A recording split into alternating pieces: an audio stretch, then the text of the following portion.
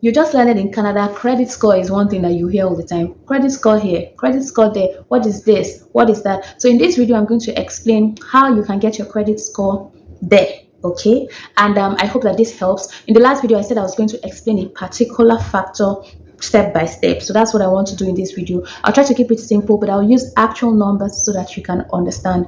Okay, some of the things that affect your credit score is your payment history. This one you already know. You want to pay in time and pay full, so you don't have interest accruing on that amount and then it's growing and growing. So try as much as possible to pay before or when due and pay it in full. The second one is your utilization, your credit utilization. Another way to say it is the amount that you owe. That is what we're breaking down in this video, and the best time to calculate this. When you get your credit account, get your credit card from your bank, there are two dates that you need to take note of. One is your statement date, and the second is your due date. So your statement date is the day that your bank tells you this is how much you're owing on this credit card, and then the due date is the day that you're expected to pay this amount. Both of these dates are very important. People don't pay attention to the statement date. People just say, oh, the due date is 30th of the month. I'm just going to pay whatever I owe on the 30th of the month, and that's okay. But I think that the statement date is also as important. It's something that you should have in your head so that you know how to manage your credit card. Why do I say this? The day that they get the amount that you owe is your statement date. That is the amount that they are going to use to calculate your utilization, the amount that you actually owe. Now, let's use real numbers. If you come into Canada, let's say you have 2,000 as your credit limit, right? And then you use your credit card and you buy stuff, you go grocery shopping, you do whatever you want to do on that credit card. If on the 15th of the month, the bank gives you your statement, they tell you, oh, on the 15th of the month, they now tell you you've used 1,500 out of this 2,000 credit limits, but your due date is on the 30th. A lot of people just say, okay, I'm just going to make sure I pay off that 1,500 by the 30th, which is okay. But there's a better way to do it. That's why you have this video.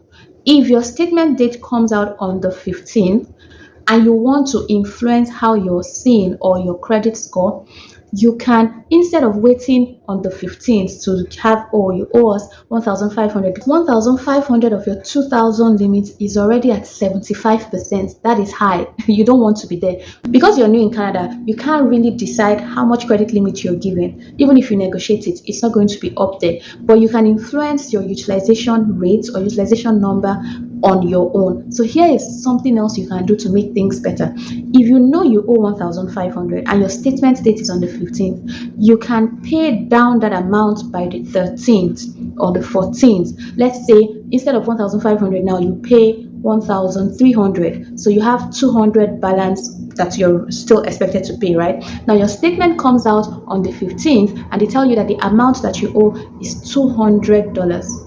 200 of the 2,000 limits that you have is what? It's just 10%. So you're at a good place. That figure is what will influence your credit score. If you leave it at 75%, it's not a good place to be. A lot of people just give you the advice. They don't use 30% of your, make sure you keep it below 30%. At least I got that advice. Make sure you use below 30% of the credit limits. Solid advice, right? But this is a good way to get that number down, even if you use more than your 50% or 30%. Ensure that you take that thing down because the number is taken on your statement date. That's why I said that statement date is actually very important, but a lot of people don't pay attention to this. I didn't even find this one out early because I just used to wait, or I'll try to use less and then on the due date I pay. But this is what some people are using to make sure that they have a good credit score. You want to keep that number below 10. Below 10% is a good place to be. Other places are not, like if you do 12%, 15%, it's not bad. It becomes a problem when you're doing higher than 30% every month, right? But if you can get that number low, you also don't want it at zero because they want to see that you're using this credit. So you don't want it zero, right? But if you can get it like 6%, 8%, 10%, that is somewhere you want to be. I emphasize on this one because these two that I've mentioned here are very important. payment history contributes 35% to how your credit score is calculated, and this utilization, which is the amount that you owe, contributes 30%. These two alone, 65%. So if you can get these two right, you're on a very good track.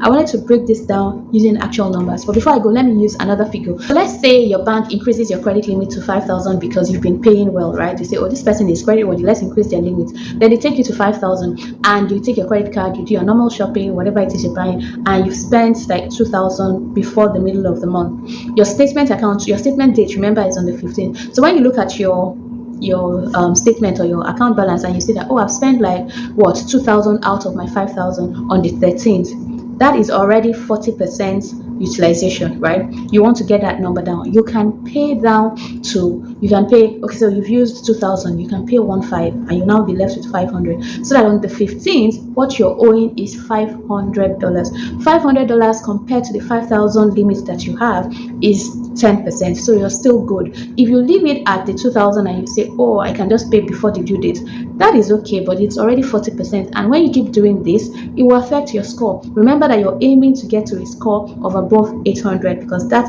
increases your chances of getting these other benefits that you will eventually apply for. If you have any questions, ask me. If you don't understand this calculation, tell me in the comments, give me a figure, and I will help you break it down. I'll take my time to do it.